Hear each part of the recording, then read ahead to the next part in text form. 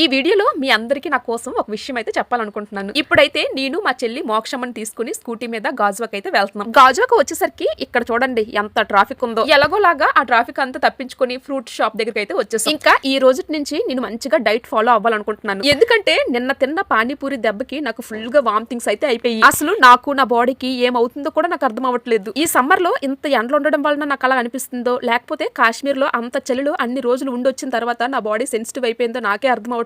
అసలు నాకు ఏది కూడా పడట్లేదు. నిన్న పానీపూరి తింటే వామిటింగ్స్ అయిపోయి మొన్న ఏమైందంటే స్విమ్మింగ్ పూల్ కి వెళ్ళి అక్కడ 1 అవర్ స్విమ్మింగ్ చేసి వచ్చేసరికి బాడీ మొత్తం ర్యాషెస్ వచ్చేసాయి. అది మీకు వీడియో చూపించలేదు కానీ దాని నెక్స్ట్ వీడియోలో చేతులకి ఫుల్ గా పసుపు రాసుకుని ఉంటది, ఒకసారి గమనించండి. ఫస్ట్ రోజు ఎండలో జిమ్ కి వెళ్ళేసరికి నా కళ్ళు మొత్తం వాచిపోయి నా పరిస్థితి ఎలా ఉందంటే మన మోక్షమ్మ పరిస్థితి మరీ దారుణం తెలుసా. ఇలా ఎండలోకి వెళ్తే చాలు దానికి ఫుల్ గా ఫీవర్ వచ్చేస్తుంది. ఒక వారం రోజుల వరకు ఆ ఫీవర్ తగ్గట్లేదు. అది వాళ్ళ డాడీ మీద బెంగెట్టుకుంటుందో తెలియట్లేదు, లేకపోతే ఇక్కడ ఉన్న టెంపరేచర్ కి దానికి ఫీవర్ వస్తుందో కూడా నాకు అర్థం అవ్వట్లేదు. అందుకోసమని మేము ఫుడ్ విషయంలో కొంచెం జాగ్రత్త పడాలనుకుంటున్నాం.